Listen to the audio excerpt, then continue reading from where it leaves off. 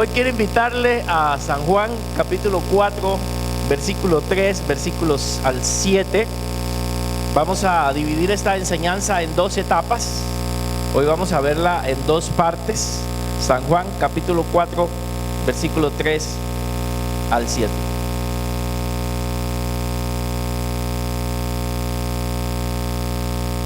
Cuando lo tengan pueden decir amén. Dice la escritura. Amén. Ok. San Juan 4, versículo 3. Dice la escritura: y le era necesario pasar por Samaria. Vino pues a una ciudad, salió de Galilea, de Judea, y se fue otra vez a Galilea, y le era necesario pasar por Samaria. Vino pues a una ciudad de Samaria llamada Sicar, junto a la heredad que Jacob dio a su hijo José, y estaba allí el pozo de Jacob. Entonces Jesús, cansado del camino, se sentó así junto al pozo. Era como la hora sexta, y vino una mujer de Samaria a sacar agua, y Jesús le dijo: dame de beber. Interesante el verso 8, que dice que pues sus discípulos habían ido a la ciudad a comprar de comer. Padre Celestial, queremos en esta hora poner en tus manos este tiempo. Que seas tú glorificándote, Señor, en esta predicación. Que seas tú tomando el control de todo lo que vamos a hablar, Señor. Que seas tú, Señor, hablando a través de mi vida. Que seas tú glorificándote. Que seas tú manifestándote en medio de nosotros, Señor. En el nombre de Jesús. Amén y amén. No sé cuántos de ustedes se han encontrado en algún momento en un lugar caluroso. Algunos tienen calor ahí aún con el aire acondicionado, pero ¿cuántos se han encontrado, en algunos lugares calurosos? Conocemos uno de los lugares más calientes acá que Costa Rica, ¿verdad? Que es Guanacaste, también la zona de Limón, pero Limón también tiene su frescura, ¿verdad? Más que todo.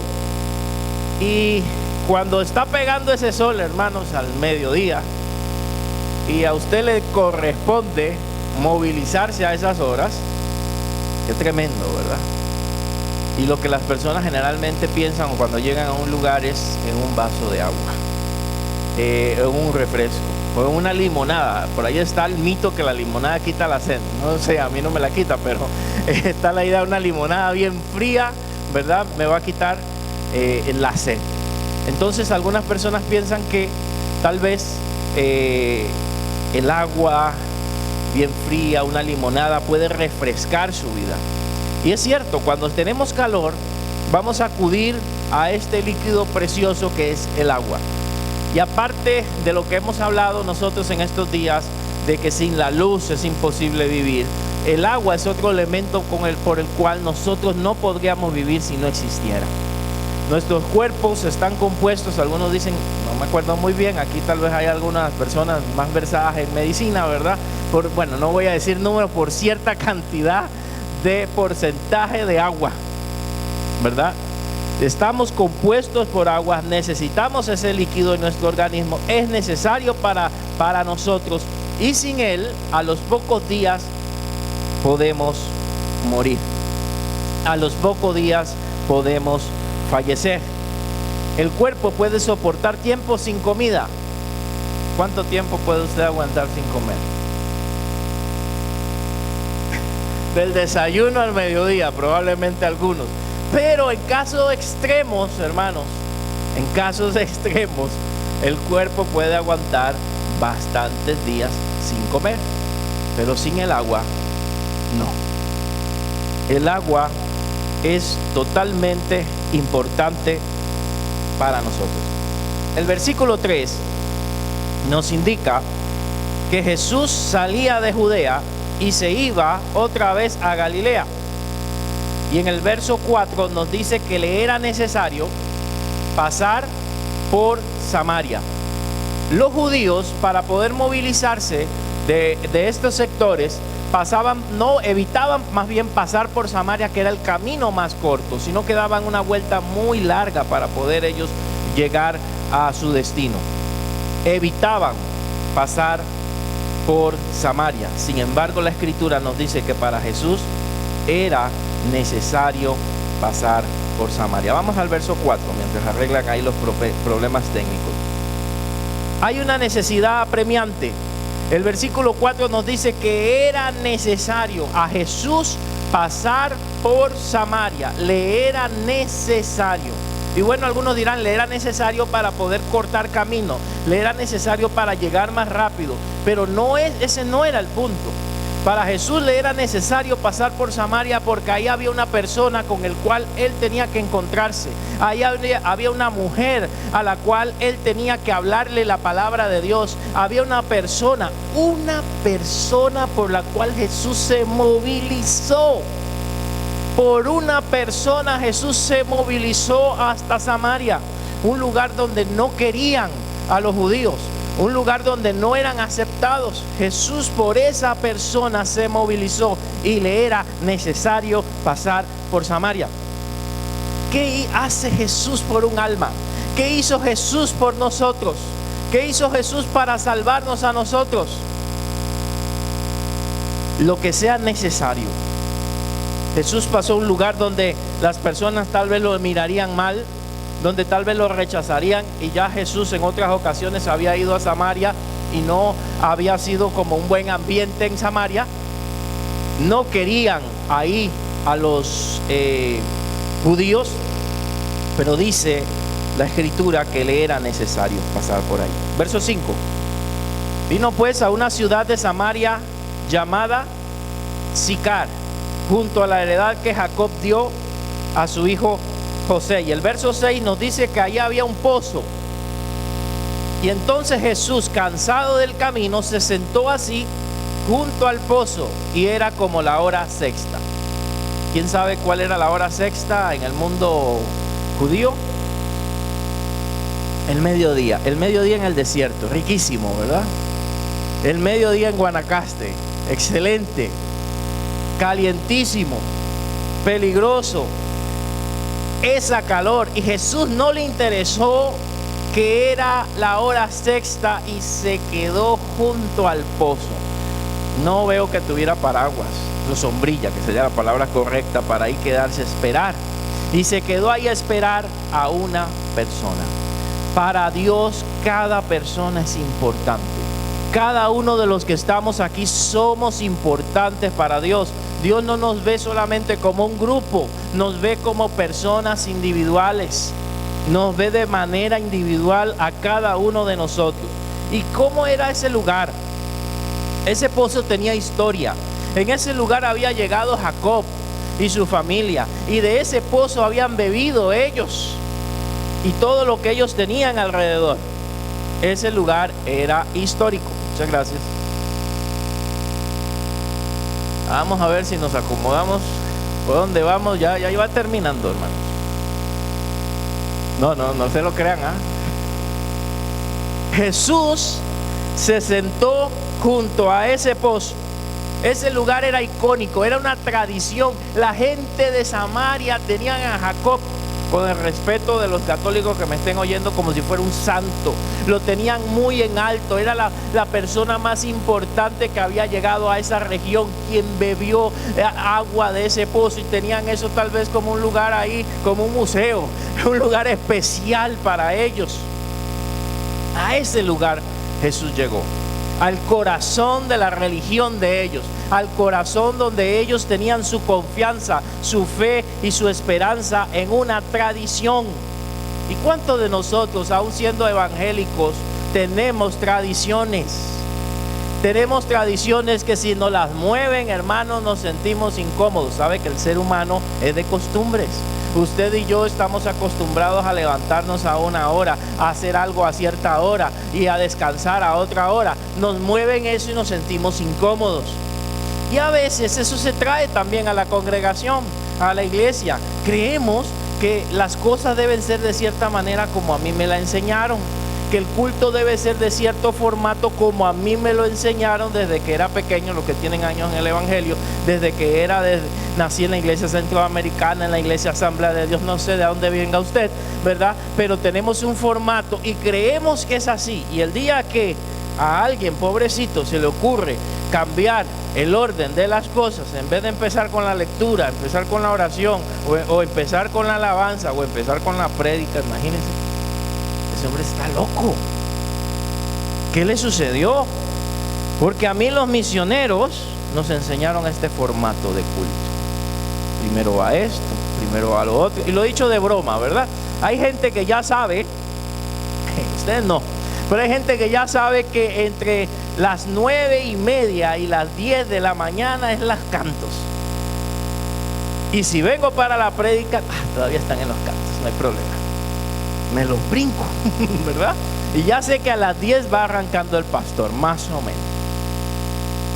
En otros lugares será a las 10:30, pero más o menos ya sabemos el patrón de las cosas. Nos mueven eso y nos sentimos mal. Y tal vez, hermanos, la tradición nos va matando.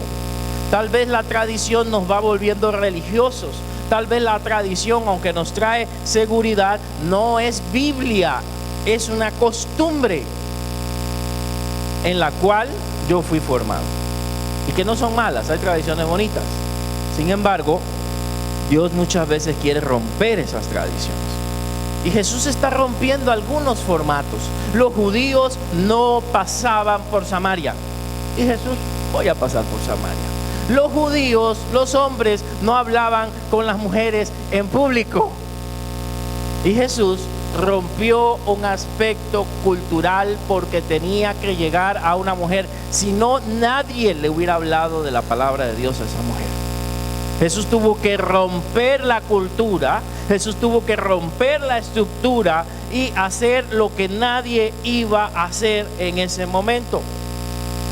En el versículo 7 nos dice que la mujer llega a sacar agua y Jesús es el que le pide a ella que le dé agua para beber. Eso tal vez sea descortés para nosotros, pero era común que las mujeres eran las que sacaban el agua del pozo. Para nuestra cultura, ¿verdad? Ya modernizada, qué bárbaro Jesús, pidiéndole a la mujer, porque no lo saca a él, ¿verdad? Pero eso era parte de la costumbre, era parte de la cultura. Ahora, ella llega a la hora sexta, y yo sé que usted lo ha oído y lo vamos a repetir. En la hora sexta era la hora más caliente del día y era la hora en la cual las personas no iban al pozo, nadie iba a esa hora. Era como en Guanacaste, nadie sale al mediodía, a menos que sea sumamente necesario. Yo vivía ahí y evitaba el mediodía, lo evitábamos porque era quemarse. Nadie sale al mediodía, solo unos cuantos ahí que tienen que hacerlo, ¿verdad? Y al mediodía, ahí estaba esta mujer a sacar agua. Las mujeres madrugaban, llegaban tempranito a sacar agua del pozo. Y como le he contado en otra ocasión, porque no se me ha olvidado que esto lo prediqué, pero con el enfoque a la adoración, hoy es otro enfoque, ¿verdad? Llegaban tempranito. ¿Y qué se ponían a hacer las mujeres? ¿Qué usted cree?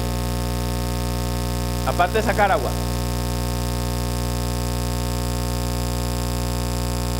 Algo que les gusta hacer las mujeres. Predicar la palabra de Dios, no. Conversar. Y entonces, ¿verdad? Que eso no ocurre entre nosotros, ¿verdad? Hermanos, aquí entre nosotros a veces hacen unas reuniones las hermanas y uno las oye riéndose y chisteando, y cuando uno pregunta por qué punto van por el 1, ¿verdad? Porque es la cultura normalmente a conversar sobre las cosas del día, a conversar sobre lo que sucedió, lo que pasó, mira que esto, que lo otro. Y esta mujer, el texto no nos lo dice, pero al ver que ella llegaba tarde, era que no se quería juntar con las otras mujeres. Había algo que había sucedido, que ella no quería hablar con las otras mujeres, y llegaba a la hora que nadie salía para no toparse con nadie. A esa hora nadie, y se topó con Jesús. Cuando nosotros queremos huir, cuando nosotros queremos escapar de la vista, cuando nosotros creemos que nadie nos ve, Jesús, Dios está ahí viéndonos y es más, esperándonos para hablar con nosotros, esperándonos para tener una conversación con nosotros. La mujer samaritana no busca a Jesús. La mujer samaritana tiene necesidad de agua viva, pero ella no está buscándola. ¿Y cuántas personas tienen necesidades, pero no están buscando a Jesús? Tienen necesidad, pero no se dan cuenta de que deben de encontrarse con Jesús. Y muchas veces es Jesús el que viene a nuestro encuentro. Hay frases que decimos cuando yo encontré a Jesús, ¿verdad? Y son un poquito equivocadas. Cuando Jesús estuvo perdido, el perdido era yo. Él me encontró a mí, Él me buscó a mí. Él tuvo la intención de llegar hasta donde yo estaba y rescatarme y llamarme. Ese es nuestro Dios, que se interesa por ti.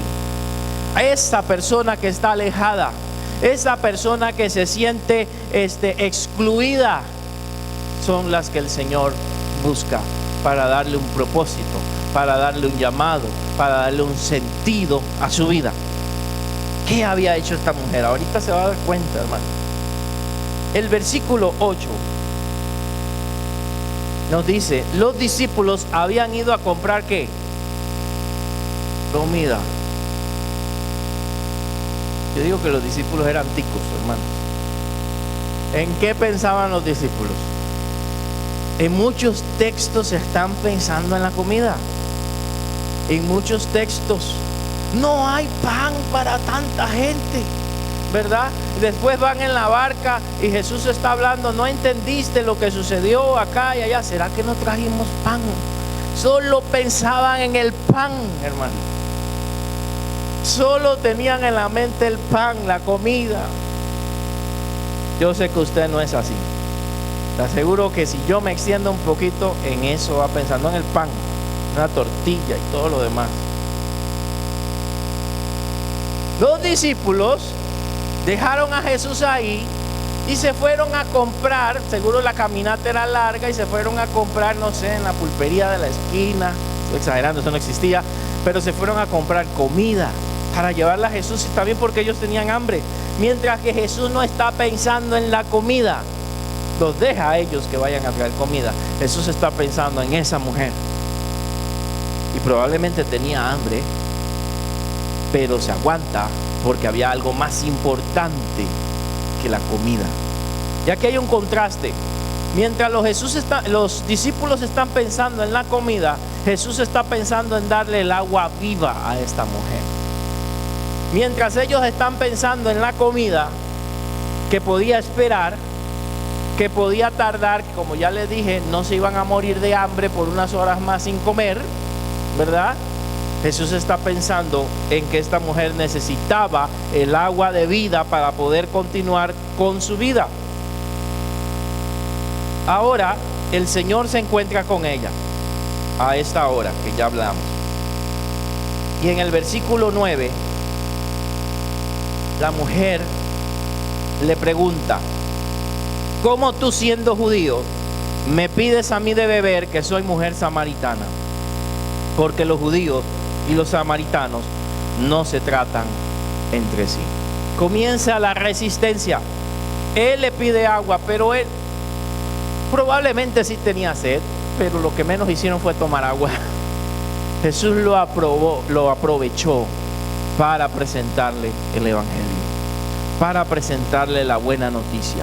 Jesús aprovechó una necesidad para poder entablar una conversación. ¿Cuántas veces usted y yo tenemos la oportunidad de conversar con alguien en el taxi, en el bus? Hablan hasta con nosotros, pero lo que hablamos es de Saprissa, La Liga y de Heredia. ¿Y viste el partido? Ay, sí, cómo no le metieron, no sé qué. Oye, que ese entrenador. Y esa es la conversación. Y los cristianos ahí metidos, está bien, pero ¿por qué no desvías esa conversación a algo más productivo? Jesús tenía en mente el agua viva, y lo primero, vamos a conectar una conversación con esta mujer y lo vamos a hacerlo a través del pozo. Ya tiene que llegar al pozo y yo tengo sed. Así que dame de beber. Y ahí empieza todo. Cuando alguien comienza a conversar contigo y te comienza a decir, mira qué terrible está Costa Rica, ahí es tu oportunidad. Sí, le falta Jesucristo. Qué terrible, ya no puedo caminar con tranquilidad. Ahí está tu oportunidad. Ya no hay paz. Jesús es la paz. Nos falta Cristo y puedes aprovechar ya este pandereta. Sí, somos panderetas. ¿Qué podemos hacer? Pero por dejar de decir lo que hemos creído, estamos como estamos. Jesús aprovecha y ella presenta una excusa. Y esa es una excusa sociocultural. En el versículo 9, ella dice, los judíos y los samaritanos no se tratan entre sí. Me estás pidiendo a mí de beber, que soy, aclara, mujer. Primer problema, no se podía relacionar de esa manera con una mujer. Y además, mujer samaritana. Así que usted no me debería ni hablar, ni mirar. Ahí va la excusa. El asunto es que ella no conoce quién es el que está hablando con ella. Ella desconoce quién está conversando. Respondió Jesús y le dijo, si conocieras el don de Dios y quién es el que te dice, dame de beber, tú le pedirías a él, más bien, y él te daría agua viva. Si tú supieras quién te está hablando. ¿Y cuántas veces nosotros no entendemos quién nos está hablando? Llegamos a una predicación y tal vez algo me llegó al corazón, ¿verdad? Y de repente el enemigo dice, alguien le contó al pastor lo que estás haciendo. Imagínense que me cuenten chisme de todos ustedes, me vuelvo loco. No tengo tiempo. Alguien le contó, alguien le dijo, alguien le mencionó, lo está diciendo por mí. ¿Qué sabría yo que usted iba a llegar a este culto? Si no se lo iba a brincar, iba a llegar al próximo. Lo está hablando por mí. Y no entendemos quién es el que nos está hablando. No entendemos que es Dios el que ha provisto ese mensaje, el que ha provisto esas palabras para nuestras vidas. No sé cuántos de ustedes han experimentado.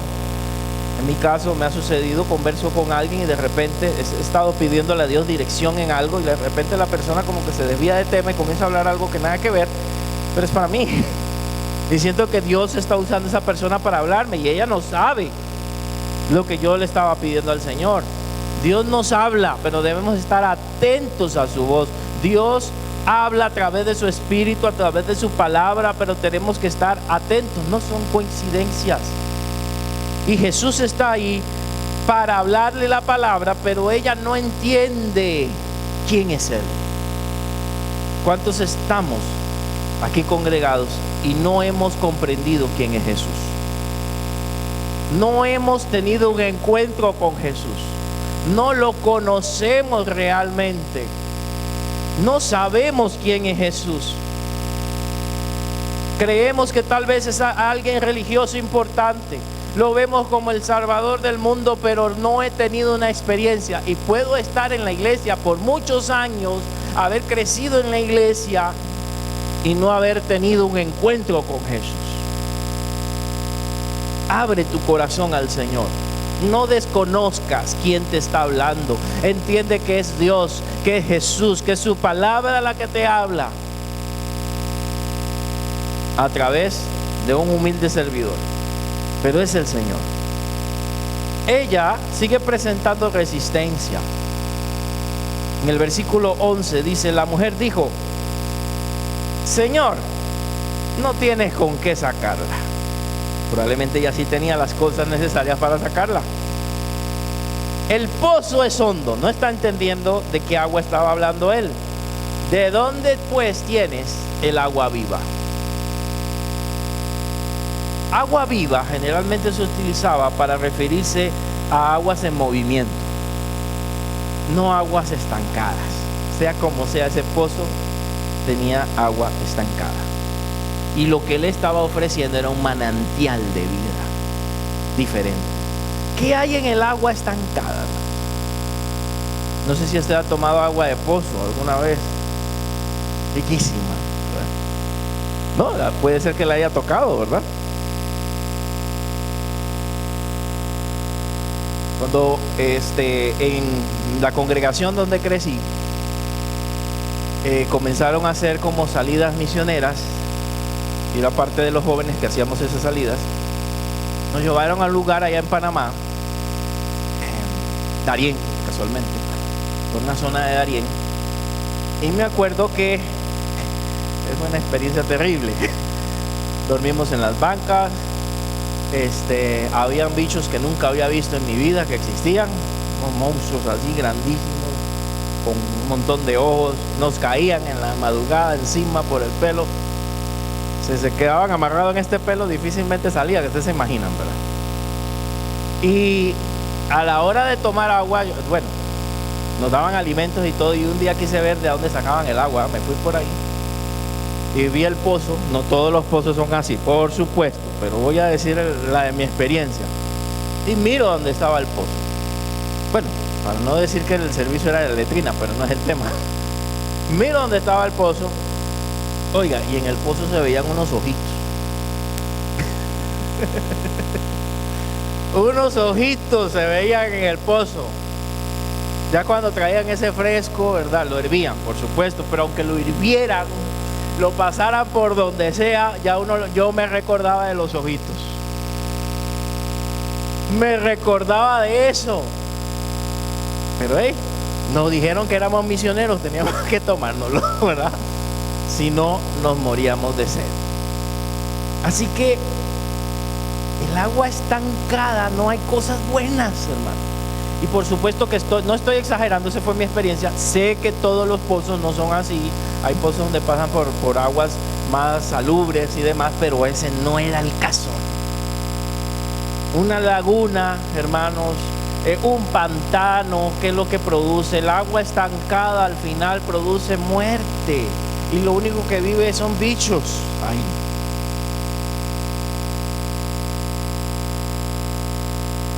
El agua de vida, hay movimiento. Salmo 1:1. Crecen plantas, crecen árboles plantados junto a corrientes de agua que da su fruto a su tiempo. Hay vida, hay peces, hay animales, hay fauna más bonita, más agradable.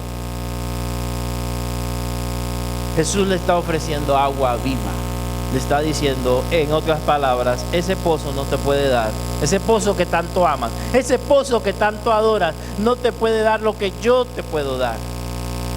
¿Y cuántos hemos creado, como dicen los profetas, cisternas rotas? ¿Cuántos hemos creado pozos para nosotros y no acudimos al que tiene el agua de vida?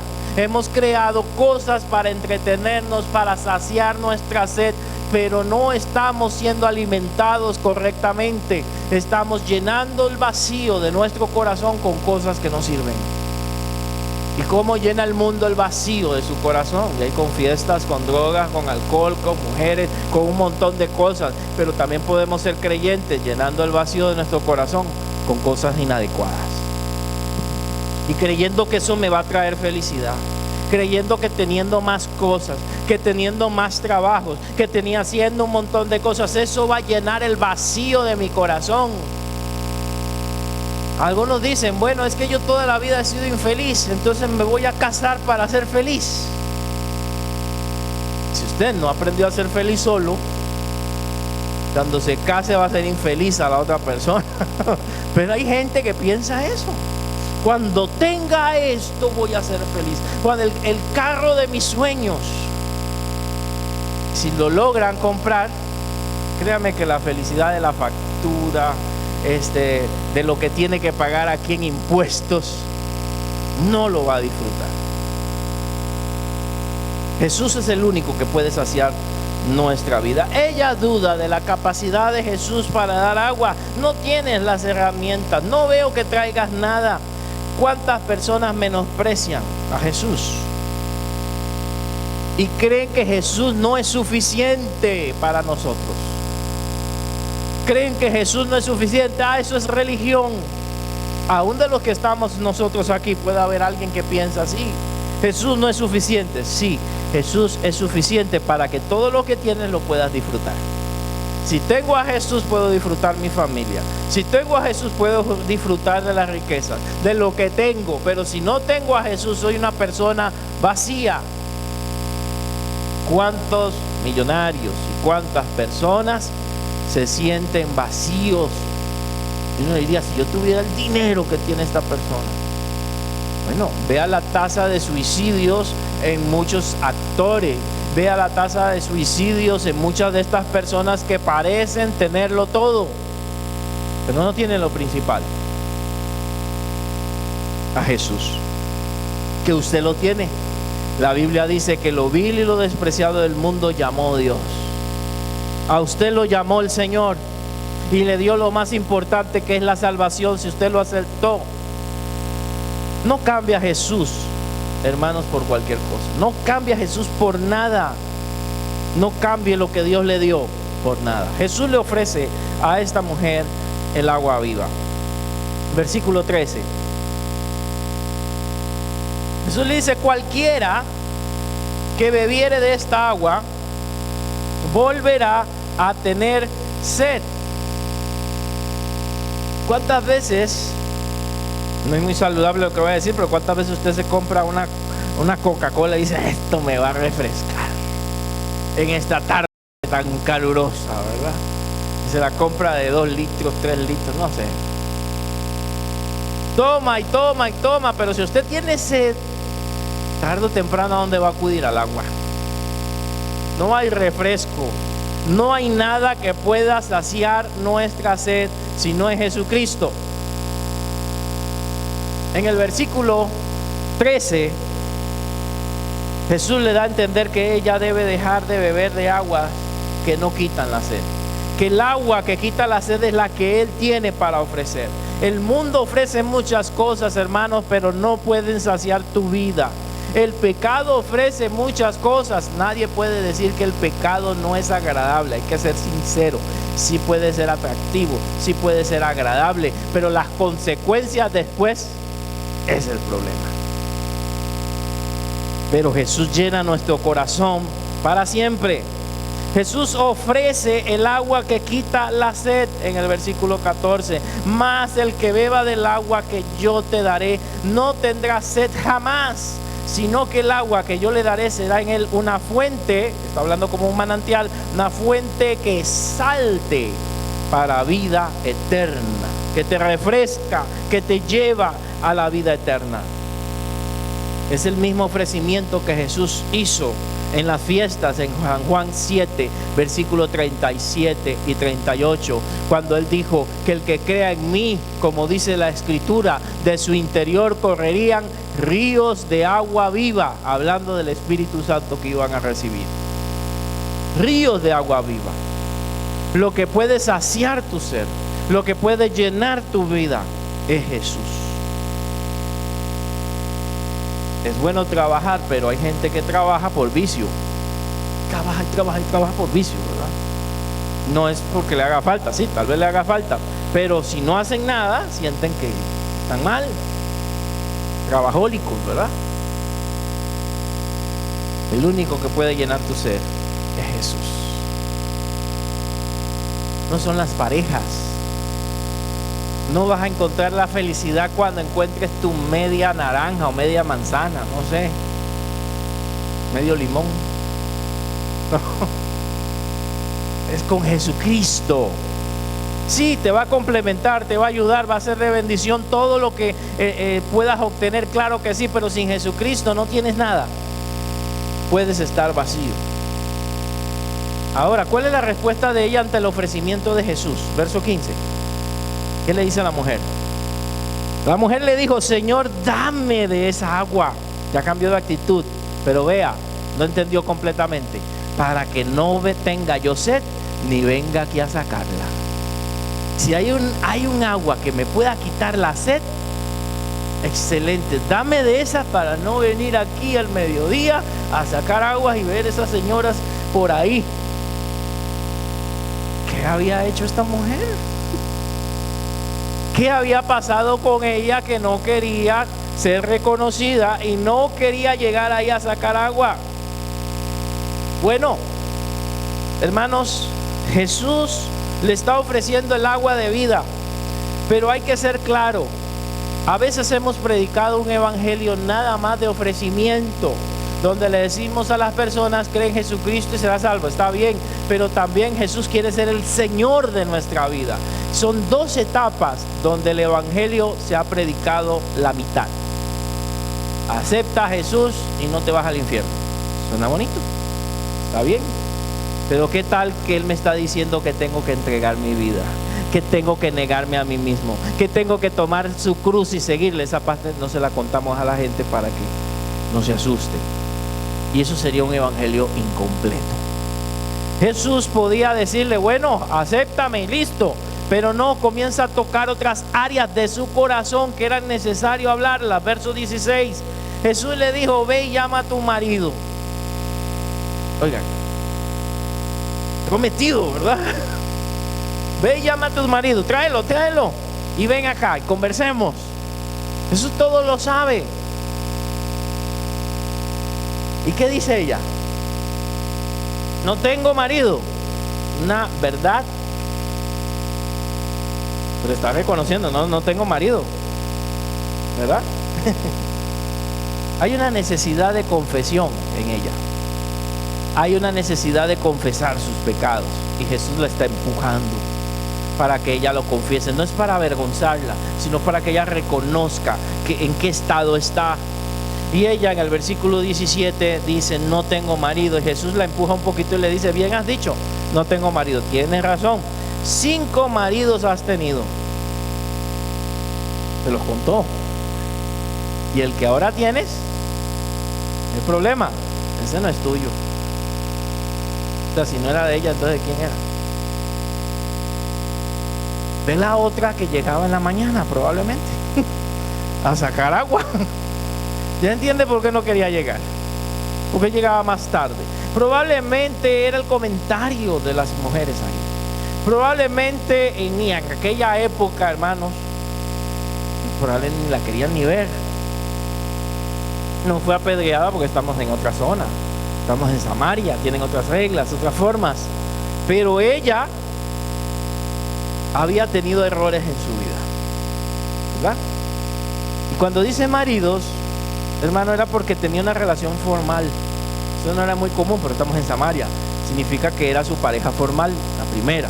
Algo pasó, la segunda, la tercera, la cuarta, la quinta. Dicen que no hay quinto malo, ¿verdad? Dijo alguien. No hay quinto malo, usted puede creer. Si cuando a alguien le va mal en la primera, dice no más, con tal lo intenta 2 veces, pero 5 veces, dice aquí. Y ya después, no, ¿para qué me caso? Mejor ahí con alguien ahí de la comunidad. El que ahora tienes no es tu marido. Entonces la cosa estaba fea con esta mujer. Pero yo quiero volverla a recordar, no quiero juzgarla, quiero volverla a recordar que Jesús llegó, caminó esa larga distancia y entró a Samaria solo por esta mujer pecadora. ¿Qué tan importantes somos para Dios? ¿Qué tan importantes somos para Jesús aún con nuestros errores? ¿Qué hace el Señor por nosotros? Deja las 99 y va a buscar a la perdida. Y eso es lo que está haciendo aquí. Dejó a los judíos y vino a buscar a esta mujer en otra región, en otro sector, que pudo buscar una mujer tal vez más decente, con menos errores, pero la buscó a ella porque Dios tenía un propósito con ella. Dios te escogió a ti, Dios te llamó a ti, no porque seas perfecto, sino porque Él tiene un plan para tu vida, porque te ama, porque te llamó, porque te escogió, porque quiere hacer algo contigo. Pudo llamar a tu tío, pudo llamar a tu hermano, pero te llamó a ti. Eres importante para Él, eres especial para Él.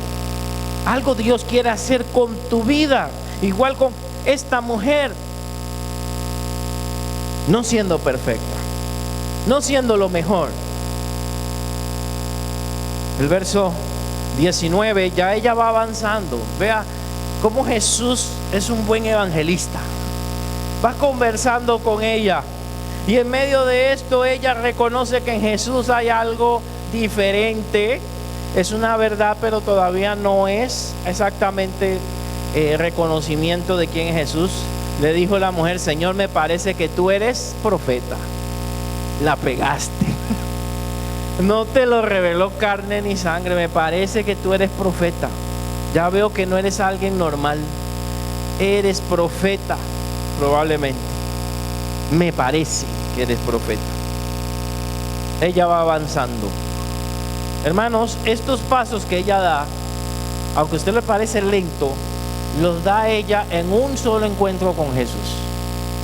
Los discípulos caminaron años con Jesús para llegar a es profeta, es el Mesías, y al final es el Hijo de Dios, es Dios mismo. 3 años y medio para llegar a una conclusión como esa. Ella va captando rápido, ella va entendiendo. En ese encuentro ella va captando y va creciendo en su conocimiento de Dios. En ella había una sed, no importa cómo estaba ella ni lo que hacía, ella tenía sed de Dios. Tenemos personas afuera que tal vez se portan muy mal, que tal vez están haciendo las cosas mal, pero en el profundo de su corazón hay sed por Dios. ¿Quién va a ir a ellas? ¿Quién le va a hablar a ellas? ¿Quién se va a sentar junto al pozo a entablar una conversación con esas personas que están necesitando, que llevan una tinaja ahí llena de problemas, como esta mujer, buscando un agua que no puede saciar su vida? ¿Cuál es el otro problema que tiene esta mujer? Vamos a resolverlo en los 15 minutos que me quedan. Ella lleva una religión y una falsa adoración. Fue criada y creció con una religión y una falsa adoración. Y cuando usted evangeliza, cuando usted le habla a alguien de Cristo, generalmente la gente va a sacar su religión, sus creencias y sus cosas para que no le sigas hablando. Y es lo que hace ella. Ya ella se siente intimidada y voy a sacar el último recurso, ¿verdad? Que sé que se va a formar el problema. ¿Cuál era el problema? Ya que los judíos tenían su templo, ¿verdad? Que los judíos adoraban en Jerusalén, y Samaria, por los problemas que tuvo con Israel, con los judíos, se separó hace mucho tiempo y no iba a adorar a Jerusalén. Algo que no dije, ¿por qué no se llevaban con los samaritanos? Los samaritanos, cuando trataron los judíos de volver a reconstruir el templo después de haber sido echados de su tierra con Nabucodonosor 70 años, cuando entra Esdras, cuando entra Nehemías a tratar de restaurar todo, fueron los mismos vecinos samaritanos que habían quedado ahí que se opusieron y hablaron contra las autoridades para que impidieran que reconstruyeran Jerusalén. Así que normalmente no se llevaban porque eran traidores los samaritanos. Y esta mujer creció en esa adoración, una adoración falsa. Además, los samaritanos no eran judíos de sangre, habían sido mezclados con los asirios. En la invasión asiria los mezclaron para poder mezclar la raza y mezclar las costumbres. Así que cuando ellos adoraban a Jehová en su monte Gerizim, también tenían ídolos y tenían imágenes y otras cosas de su otra religión. Así que era una religión mezclada, era una religión mixta, que se le puede parecer a alguna, ¿verdad? Adoran a Dios pero a través de otras cosas. Y ella saca su religiosidad. Versículo 20. Y se le dice: nuestros padres adoraron en este monte y ustedes dicen que es en Jerusalén el lugar donde se debe de adorar. Jesús le dice: mujer, créeme que la hora viene cuando ni en este monte ni en Jerusalén adoraréis al Padre. Vea que él no se metió a detalle en el problema. Le pudo decir: ustedes adoran ídolos, ustedes se separaron del templo. Le pudo decir un montón de cosas. Se lo dijo: ni allá ni acá. Esto es espiritual. ni ustedes ni los judíos. Esto va más allá. Llegará un momento que el templo no va a limitar la adoración. Se va a adorar en cualquier lugar, en cualquier momento, en cualquier lugar donde se encuentren. Ella tenía una costumbre.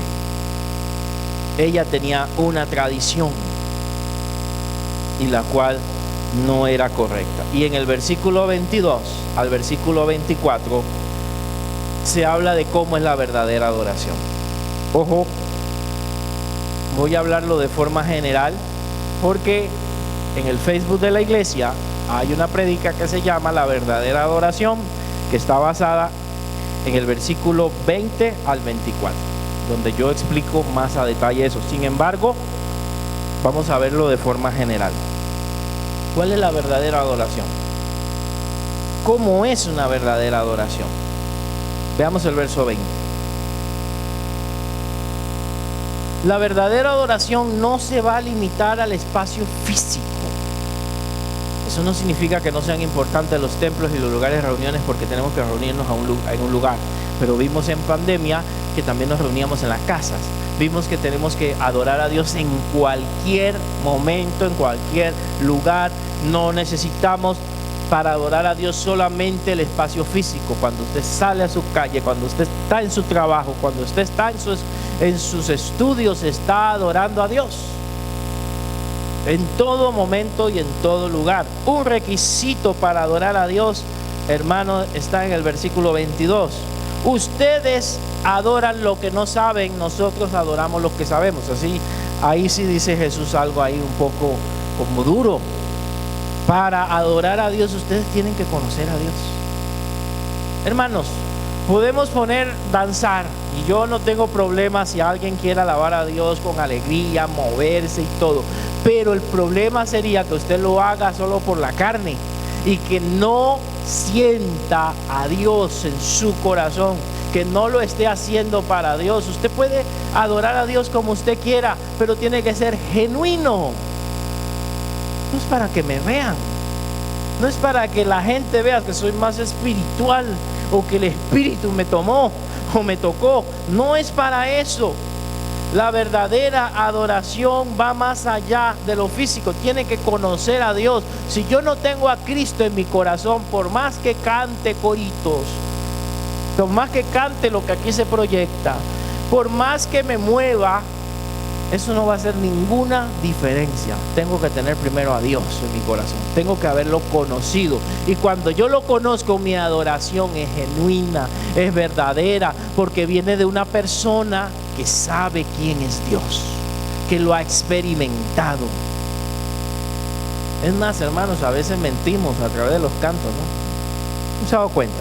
Había un canto muy viejo que decía, ¿verdad? De Marco Witt, los que son ochenteros, noventeros, ¿verdad? De Marco Witt, que todavía se cantan en las iglesias para los periodos de misiones. Heme aquí, envíame a mí, ¿verdad? Y en ese momento que se pone, heme aquí, todo el mundo ahí, envíame a mí, que dispuesto estoy, y toda la cosa. Y después, hermanos, ¿cuántos quieren ir a misiones? Era un canto nada más. ¿Cuántos quieren servir a Dios? ¿Verdad? Y es el canto que dice que aquí están mis manos, úsala, Señor. Y dice el canto de Jesús Adrián, úsala, Señor. Y a la hora de la hora no hay ni una mano. La adoración tiene que ir conectada con la mente y entender que también nos estamos comprometiendo, que también estamos con lo que cantamos, estamos diciendo: yo voy a hacer esto, yo voy a mejorar mi vida en esto. La verdadera adoración viene de alguien que conoce a quién está adorando, a quién está adorando. Si no, sería una repetición, hermanos. La verdadera adoración es espiritual. Toda esta lección se la da la mujer samaritana y ella oyendo. La verdadera adoración es espiritual, mas la hora viene y ahora es cuando los verdaderos adoradores adorarán al Padre en espíritu y en verdad. Otras traducciones le van a decir: van a adorar al Padre genuinamente y de corazón. Es de corazón. Es verdadero, no es fingido, no es falso, no es de la boca para afuera. La verdadera adoración debe ser real, no es una moda.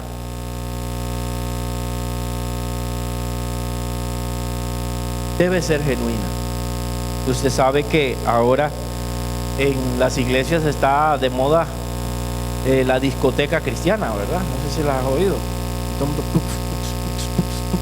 ¿verdad? No hay letra, nada más. Están adorando a Dios, que comillas, pero existe. Oiga, eso se llena, hermano, de ¿verdad? No sabe ni un coro porque es puro pux. Y ahí vamos. La adoración tiene que ser real, tiene que ser genuina, tiene que sentirse. No es un ritmo nada más, no es un sonido nada más al cual voy, al cual sigo. Es algo que nace de mi corazón, es verdadera. ¿Y por qué debe ser verdadera? Verso 23 nos dice que Dios busca verdaderos adoradores. Oiga, busca. Ojo, ¿y a quién Jesús buscó ahí? A la mujer samaritana. ¿Qué estaba viendo Jesús en esta mujer? Una potencial adoradora. Y Jesús llegó desde donde se encontraba a buscar a esta mujer para convertirla en una verdadera adoradora. Y eso es lo que espera de todos nosotros, que nos convirtamos en verdaderos adoradores. Pero ¿por qué Él quiere verdaderos adoradores? Dice el verso 24, porque es necesario que adoren. Amados, Jesús tiene en su diestra alrededor muchos ángeles que lo adoran. Querubines, serafines, arcángeles. Todos estos seres adoran constantemente al Padre y al Hijo. Pero la mayor adoración que en el cielo se hace silencio es cuando nosotros adoramos. Porque nosotros experimentamos lo que es pecar, los ángeles no. Y también lo que es arrepentirnos y volver a Dios. Los ángeles no tienen esa experiencia. No pueden cantar qué es ser salvo. No pueden cantar qué es ser perdonado. No pueden entonar ni entender el amor de Dios en esa magnitud. Y usted y yo sí lo podemos hacer. Usted y yo sí lo podemos entender. Es por eso que Dios quiere que tú le adores, porque tú sabes lo que realmente es Dios para tu vida, más que los mismos ángeles. Usted y yo hemos experimentado su amor al venir Él a morir en la cruz del Calvario por nosotros. Él busca verdaderos adoradores. Y ya voy a terminar. Le dije que esto va a ser en 2 partes, para que no se quede la otra semana, hermano. Jesús se presenta prácticamente como el agua viva.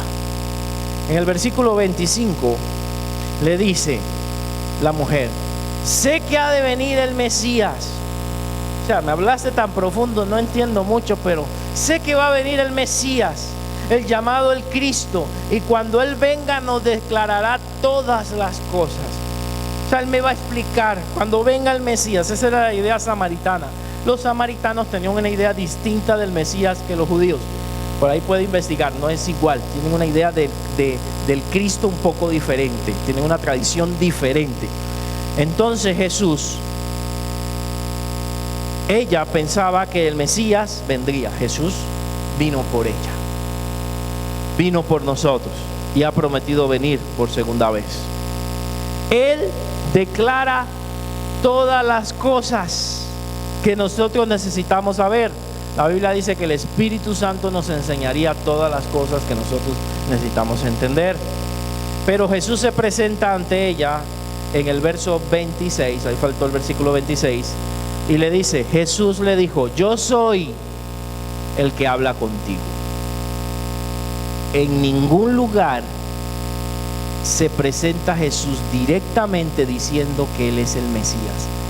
Siempre lo ocultó esperó que los discípulos lo dedujeran por lo que él hacía, pero solamente en una ocasión. ¿Qué dicen?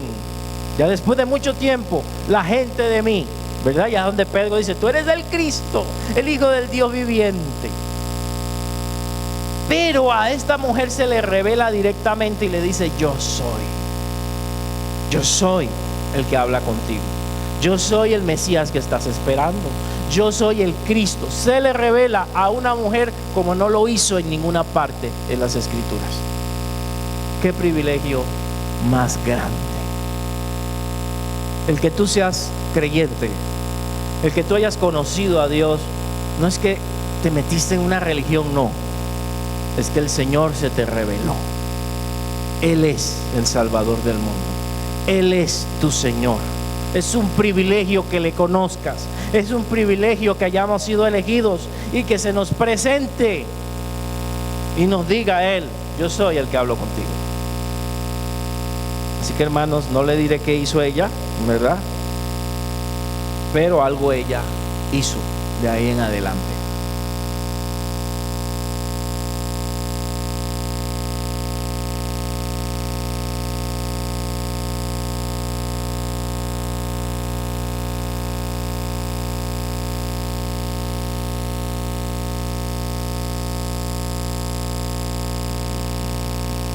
Sí. Hablé mucho, se acabaron la batería, hermano. No tienes que buscar el agua viva en ningún otro lugar. Jesús es suficiente para llenar la vida de las personas. Era necesario a Jesús pasar por Samaria para salvar a esta mujer. Siempre vamos a tener obstáculos, hermanos, a la hora de presentar el Evangelio. Siempre vamos a tener dificultad, pero no olvides también que Jesús es el centro de nuestra adoración. Estos serían los principios que aprendemos de esta historia, hermanos. No busques el agua viva en otra cosa, búscala en Jesús. No es ni en la religión, hermanos, ni en la tradición, es en Jesús. No llenes tu corazón con otras cosas pensando que de esa manera vas a ser feliz. Solo somos felices a través de Jesucristo. No te canses de hablar del Evangelio a las personas. No te canses de hablarles.